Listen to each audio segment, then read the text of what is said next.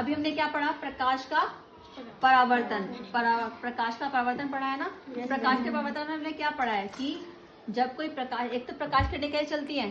सीधी रेखा में चलती है ना। वो हम देखें सीधी रेखा में कैसे चलती है। देखो जब मैं इसी टॉर्च जलाती हूँ ना, ये तो तुम्हें क्या नजर आ रहा है इसमें कि प्रकाश किरणें, और मेरा पेन कहाँ है वो वाला, हाँ देखो प्रकाश किरणें जब इससे टॉर्च से, क्या प्रकाश का स्रोत है, इससे किरणें निकल रही हैं। वो किरणें कहाँ जा रही है? बीच में क्या है? समतल दर्पण। समतल दर्पण के ऊपर प्रकाश किरणें पड़ रही है। अब परावर्तित कहाँ आ रही है? वो इस ऑब्जेक्ट पर आ रही है। दिख रही है तुम्हें लाइट जलती हुई है? तो ये प्रकाश का क्या है? समतल दर्पण के द्वारा परावर्तन हो रहा है ना।